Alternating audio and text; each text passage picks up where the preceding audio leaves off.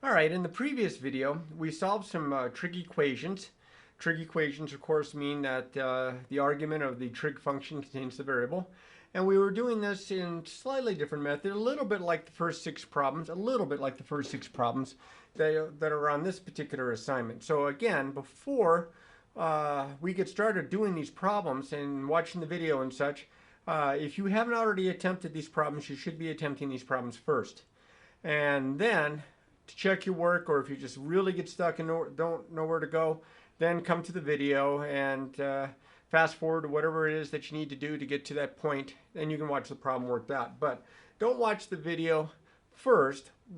Try the problems first. Give them a good effort. Don't just try to gloss over them and do one here and one there. Try each problem. I know there's 20 problems, but that's how you're going to learn.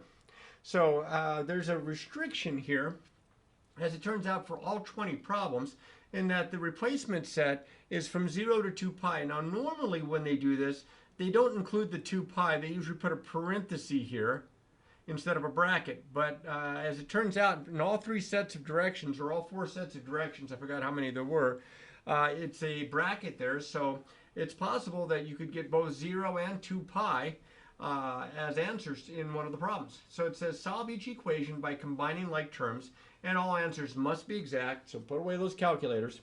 Must be exact and in terms of pi.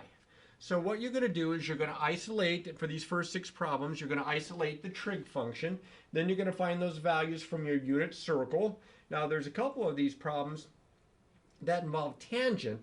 So if you don't have that memorized, you may want to find yourself a tangent unit circle, something like this perhaps, so that you could look up the values if you need to, because not everybody has these memorized as well as the sines and the cosines.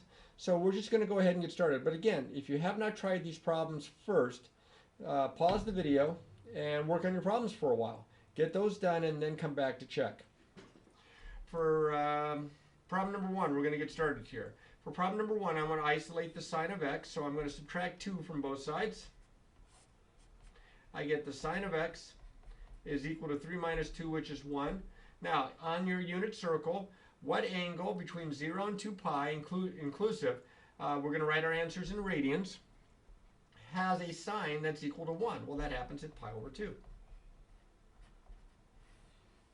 And that's your only time that it happens. Remember the unit circle here. Here's a big old version of it. At pi over 2, the sine, which is the y value, is 1. That's the only point on here. All right, next guy up. By the way, on the first six problems, I didn't realize that I thought they were numbered 1, 2, 3, 4, 5, 6, just the way the problems are positioned. I thought this was 1, 2, 3, 4, 5, 6, and I didn't really pay attention to that. And then I started realizing, oh, wait a minute, I'm numbering these wrong. So on the first six only, do I go out of order? I'm going 1, 2, 3 down this way, and then 4, 5, 6 down this way and such. And then after that, I'm going to go 1, 2, 3, 4, 5, 6, and so on down the way. So here's problem number 2. And it says 4 secant x plus 8 equals 0. So I've got a couple steps here. First, I'm going to subtract 8. And then I have 4 secant x is equal to negative 8. And then I'm going to divide by 4 because I want to get my trig function, which this time is secant x there. I want to get it all by itself. And I get negative 2. Negative 8 divided by 4 is negative 2. Now, I know sines and I know cosines and I know most of the tangents, but I'm a little spotty with secants, cosecants, and cotangents. So what I'm going to do is, since the secant of x is equal to negative 2 and the secant is the reciprocal of cosine, I'm going to take the reciprocal of both sides. I'm going to write cosine of x is equal to negative 1/2 because that's the reciprocal and that's the reciprocal. So I think it's called the inversion property or inverted property of equality, where that allows me to do that. Now, when is the cosine of x equal to negative 1/2? Well, that happens a couple times because cosine is negative in the second quadrant and in the third quadrant. So you either have to grab the unit circle, or from your memory, you need to go back and say, okay, when is the x value equal to negative 1/2? Well, that occurs at 2 pi over 3, that's in the second quadrant, and 4 pi over 3, and that is in the third quadrant. And those are the only two that you're considering because, again, it's between 0 and 2 pi inclusive. We're not adding all the coterminal angles onto it, like more of a general solution. All right, this one is a little bit like it in that I've got a couple of steps here. First, I'm going to add 9 square roots of 3 to both sides. And I get 18 cosine of x is equal to 9 square roots of 3. Now I want to get the cosine of x all by itself, so I'm going to divide both sides by 18. And I get the cosine of x is equal to is equal to positive 9 square roots of 3 all over 18. But you see the 9 and the 18, I can simplify. 9 goes in once, and 9 goes in twice. So this turns out to be the square root of 3 over 2, which is very convenient because that's a value that's on the unit circle. Cosine is positive in the first and fourth quadrants, so I have to determine what angle in the first and in the fourth quadrant has a cosine that's the square root of 3 over 2, and that's pi over 6 and 11 pi over 6. And those are my answers. Okay? Now, if you have forgotten the unit circle, shame on you. You better go back and memorize it because, as you can see, unless they're going to just hand you a unit circle on your semester exam or on your chapter test or on any kind of a quiz, you're going to need to know it. Okay? So now I'm going to go to the top here, the top right here. This is number 4, 5, 6. Here's 4, 5, and 6 here. I'll raise this up a little bit. Now this one's got a tangent, but don't panic. I'm going to work it the same way by first starting to get the trig function by itself. So I subtract 1 from both sides. I get the square root of 3 tan x is equal to negative 1. I'm going to divide both sides by the square root of 3. And I have the tangent of x is equal to negative 1 over the square root of 3, which I'm not too crazy about because it's not in simplest radical form. I'm going to multiply top and bottom by the square root of 3, and I get negative square root of 3 all over 3. And that's in simplest radical form. So now tangent is negative in the second and fourth quadrant. So when is it negative square root of 3 over 3? Well, in the second quadrant, it's 150 or 5 pi over 6. And in the fourth quadrant, it's at 330, which would be 11 pi over 6. So I have 5 pi over 6 and 11 pi over 6. X is equal to 5 pi over 6 and 11 pi over 6. You have to be careful with your positive negative sign, SIGN, so that you're in the right quadrants. Next guy up. I am going to add the square root of 3 to both sides. And I will isolate this time, of all things, the cotangent of x is equal to the square root of 3. Now again, as I mentioned with problem number 2, which you can kind of still see here, problem number 2, I had secant, so I took the reciprocal of both sides. That's what I'm going to do here. I'm going to take the reciprocal of both sides. This becomes tangent of x, and this becomes 1 over the square root of 3. And we did this just a minute ago. I rationalize it, and I get the tangent of x is equal to the square root of 3 over 3. Now this time it's positive, so it's in the first and third quadrants. So as it turns out, this is going to happen at pi over 6 and at 7 pi over 6. At pi over 6, that's 30 degrees is pi over 6, and 210 degrees is 7 pi over 6. I get the square root of 3 over 3. All right, next guy up. I'm going to add, can you see that okay? Yeah. I'm going to add 4 square roots of 2 to both sides. After you do a few of these, they're not so bad. And then I'm going to divide both sides by 8. And this reminds me a little bit of problem number 3, where when I divided, it didn't look like it was going to be a number that I recognized, but when I divide here, I get the cosine of x, and I can divide top and bottom by 4, and I get the square root of 2 over 2. Well, that's not so bad. All right, that cosine is positive in the first and fourth quadrants.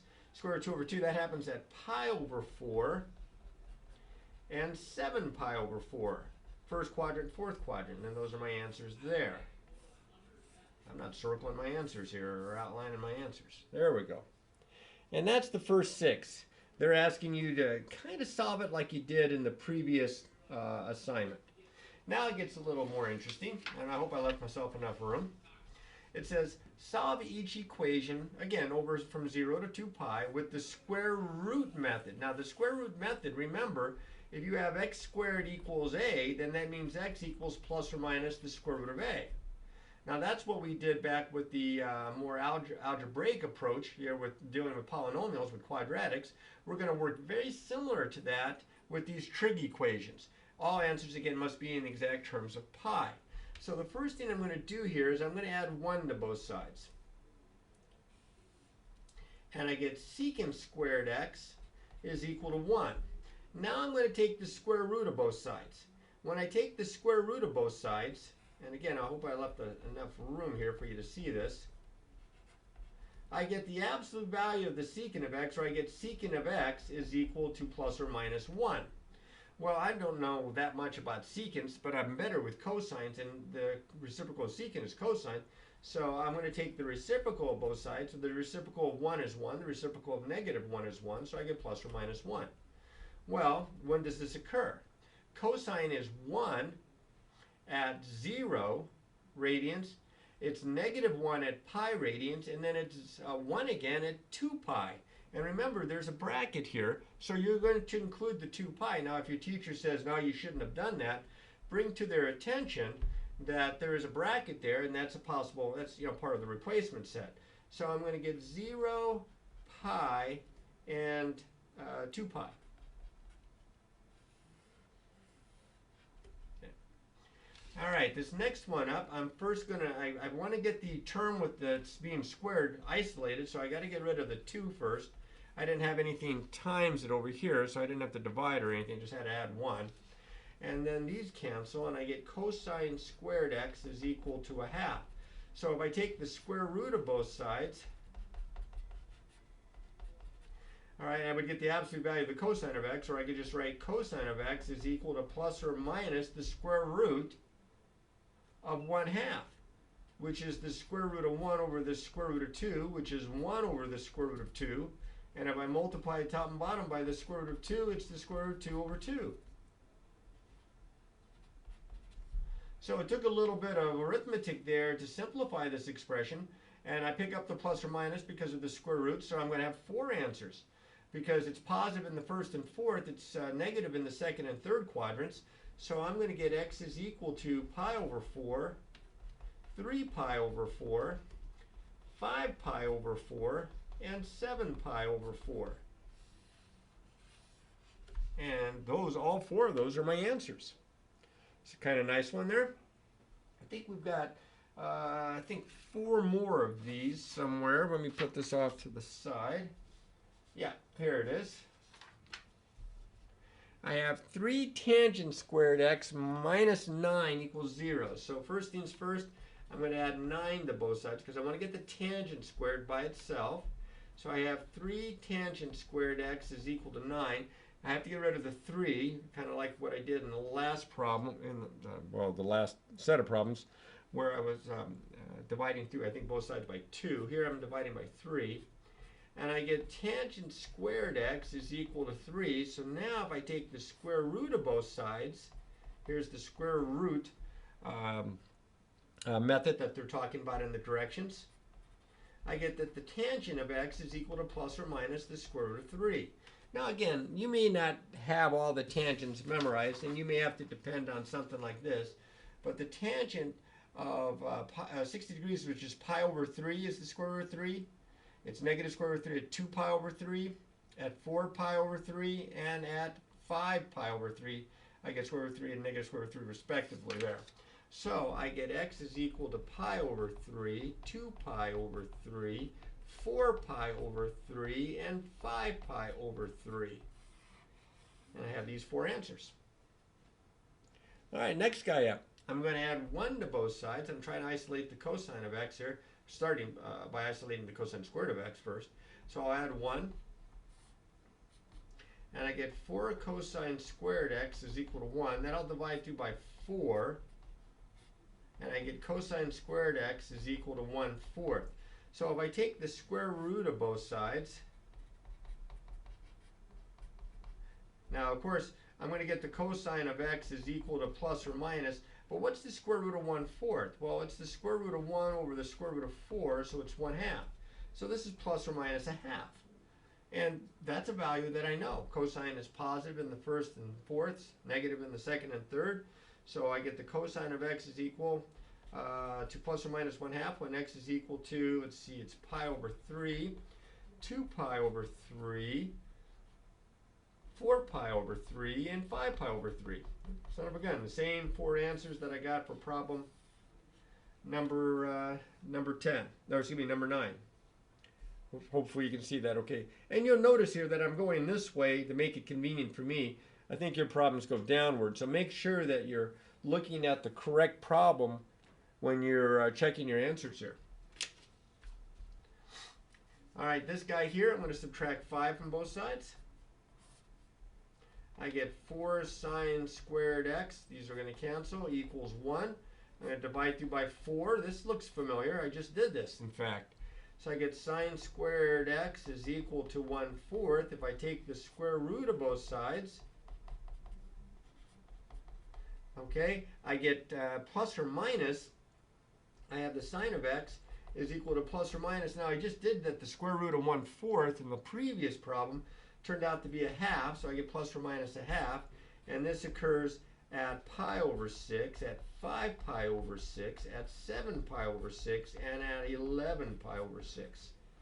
And those are my answers there. All right, one more like this that I have to use the square root method here. I'm going to solve this one here. I'm going to add 4 to both sides. And I get 3 secant. Is it 3? That looks like that would be wrong. Maybe I better look at the original problem because I have a feeling. No, I guess that's okay because it's secant. All right, so I get 3 secant squared x is equal to 4. Now I'm going to divide through by 3. And I get secant squared x is equal to 4/3. Now if you want to, you can go ahead and invert both sides now. The reciprocal of secant squared x is cosine squared x. The reciprocal of 4/3 is 3/4. So this will make it a little bit easier for you to simplify your radical. Now I'm going to take the square root of both sides. All right, the square root of 3/4 is the square root of 3 over the square root of 4, which is the square root of 3 over 2. So I get the cosine of x is plus or minus the square root of 3 over 2. Well, as it turns out, I'm going to get the same answers for 12 as I got for number 11. Because, as it turns out here, when sine is plus or minus 1/2, that cosine is plus or minus square root of 3 over 2, depending on which quadrant you're in. So I'm going to get pi over 6, 5 pi over 6, 7 pi over 6, and 11 pi over 6. If you can still read this. Didn't give myself enough room there, I don't think. There it is. Okay. On the next 8 problems, it says to use factoring. It says solve each equation over, again, 0 to 2 pi inclusive by factoring. All answers must be in exact terms of pi. Well, they want you to factor these, and you have to factor with the idea of factoring like a trinomial, kind of like reversing FOIL, and also factoring by using the GCF. So on this one, you've got 3 terms. You have a constant term, you have a sine of x to the first, and you have sine of x to the second. So it looks like a quadratic. Something squared minus 3 times that something plus 2 is equal to 0. Now you could use a substitution. Some teachers teach it that way, but I think you could probably catch on if you just attempt to factor this. Put 2 sets of parentheses. It's already in standard form. It's already set equal to 0.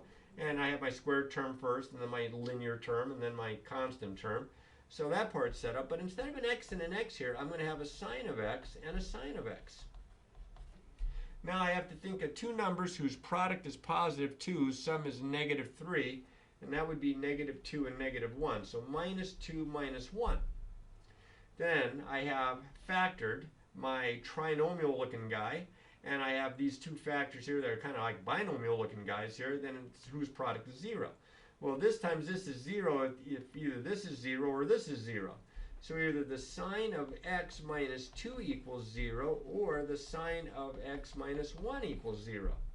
So now I have 2 little dinky, simpler, much simpler looking trig equations. I'm going to solve this, I'm going to solve this, I'm going to get all my answers. Here I add 2 to both sides.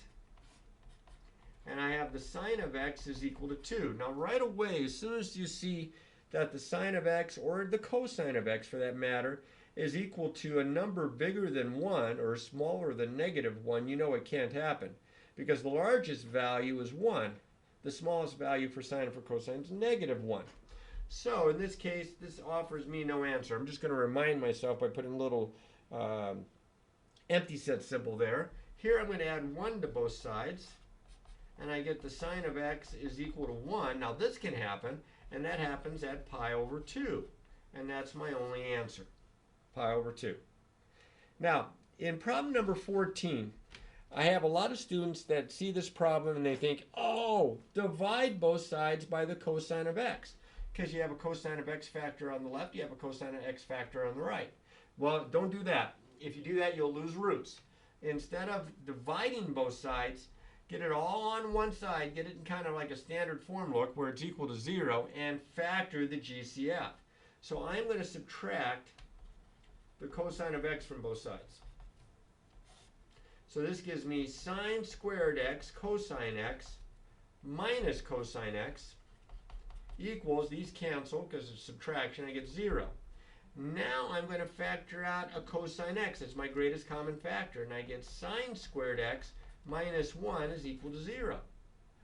Well, this times this is 0 means I set this equal to 0, I set this equal to 0. So I get the cosine of x is equal to 0, which can happen. Cosine of x is equal to 0 at pi over 2 and at 3 pi over 2. And then I'm going to set sine squared x minus 1 equal to 0.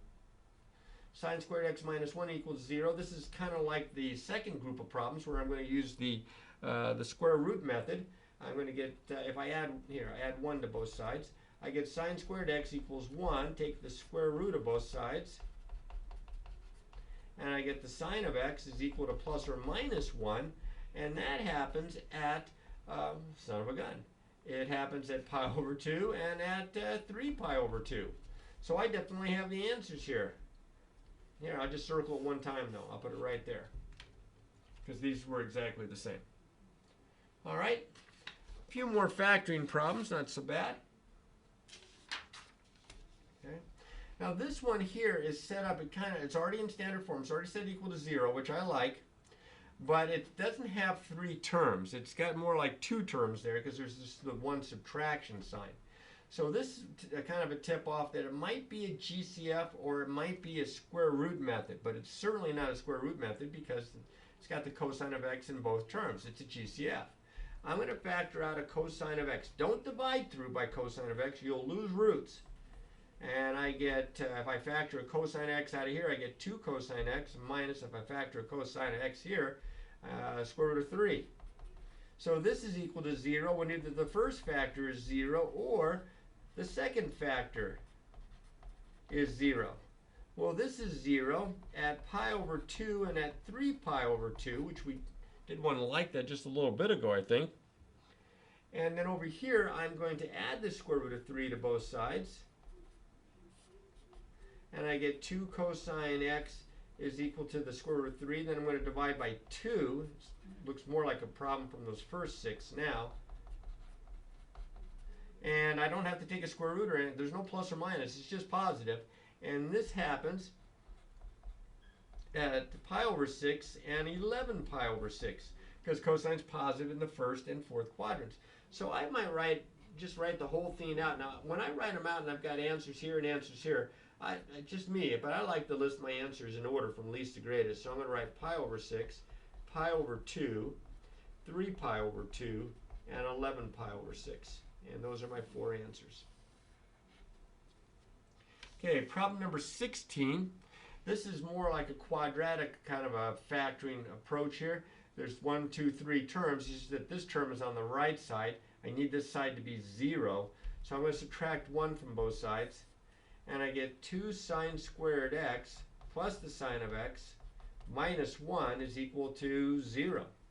And then I'm going to factor it, kind of like I did in problem number 13. Only this time I have a 2 in front. So it's kind of like having to use the bottoms up method here by taking the 2, but I'm not going to. I think I can factor this without the bottoms up. So I'll put a 2 sine x and a sine x. That's how I get 2 sine squared x. And a 1 and a 1, that's how I get the 1. but I got to get a negative one, so one of these is positive and one of these is negative, and I have a plus sine x in the middle. So that's 2 sine x, that's 1 sine x. If this is plus and this is minus, I'll get a plus 1 sine x in the middle.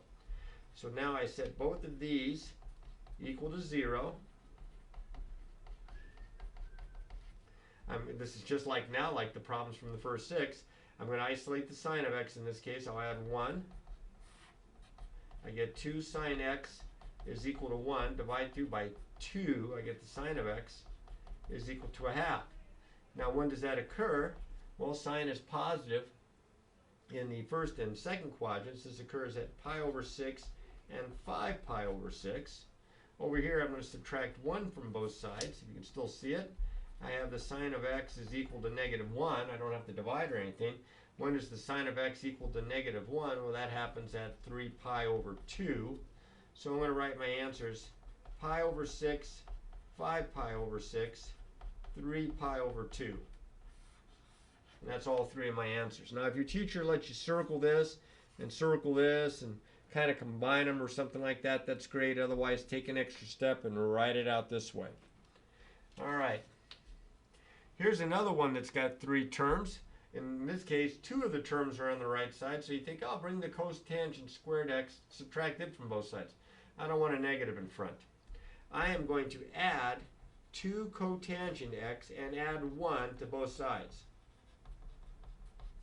So if I do that on the left side, I get cotangent squared x plus 2 cotangent x plus 1 is equal to, you got it, 0.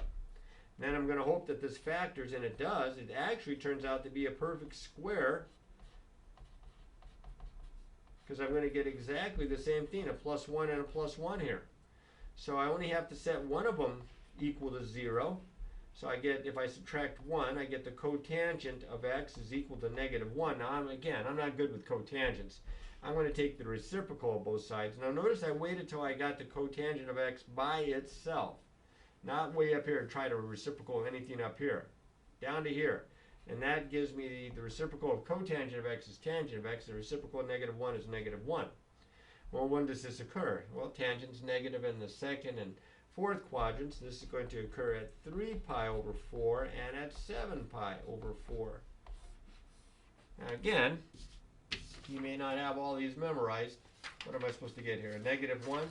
Tangent's -1 at 7 pi over 4, and it's -1 at 3 pi over 4. These two angles. They're just listed in degrees. All right, next guy up. This kind of reminds me a little bit more of problem 15, in that I've just got the 2 terms here, and I got a common factor. I'm going to factor out GCF sine x. I get 1 minus 2 cosine x equals 0. So I'm going to set the sine of x equal to 0, or 1 minus 2 cosine x is equal to 0. Well, this happens at 0 and at pi and at 2 pi. Because remember, it includes the 2 pi as part of the replacement set. Over here, I would, let's say I subtract 1. I get -2 cosine x equals -1. Divide 2 by -2. I get the cosine of x is equal to positive 1/2. Negative divided by negative is positive. And this happens at, well, cosine again, positive first and fourth. This is going to happen at pi over 3 and at 5 pi over 3. So if I put them all in order, I get 0, I get pi over 3, I get pi, I get 5 pi over 3, and I get 2 pi. I have all 3 of those, and both of those. And there's my answer. There are my answers. Almost done. These last 2 are kind of similar. It's going to be a GCF. Again, it's so tempting for students to want to divide cosecant x out of both sides. Don't do it. Bring this term over. Subtract 2 cosecant x from both sides. If I can write it. There, we got it. These will cancel. I get 0 over here. On this side, I get secant x cosecant x minus 2 cosecant x. I'm going to factor out a cosecant x. Notice I'm not trying to do any reciprocal stuff. Not yet. I'm going to factor out a cosecant x. I get secant of x minus 2. And now I'm going to set cosecant of x equal to 0. And I'm going to set secant of x minus 2 equal to 0. Now cosecant of x can't be 0 because cosecant is 1 over sine. I mean, that'd be saying like the sine is 1 over 0. So this is impossible. No solution there. But here if I add 2 to both sides and then I take the reciprocal of both sides, I get the cosine of x is equal to a half. Reciprocal, reciprocal. Well, that happens at pi over 3 and, what was it, 5 pi over 3. And this gives me to the last one. At least in this last one, I don't have to bring a term over. I can just go ahead and start factoring. I'll take a tangent of x, and that gives me cosecant x minus 2. I'm going to set the tangent of x equal to 0, or cosecant x minus 2 is equal to 0. Well, the tangent of x equals 0, at pi, and at 2 pi. The cosecant x minus 2, I'll add 2 to both sides. I get the cosecant of x is equal to 2. Now I'll take the reciprocal of both sides. The reciprocal of cosecant is the sine of x. The reciprocal of 2, or 2 over 1, is a half. Well, this occurs at pi over 6 and 5 pi over 6. So I have 5 answers. 0, pi over 6, 5 pi over 6, pi, and 2 pi. In order from least to greatest. And those are my answers there. So, not bad, but it just takes a little bit of practice, and because there's so many problems, don't wait too long to get started. As the key is to just about everything in pre-calculus, practice, practice, practice.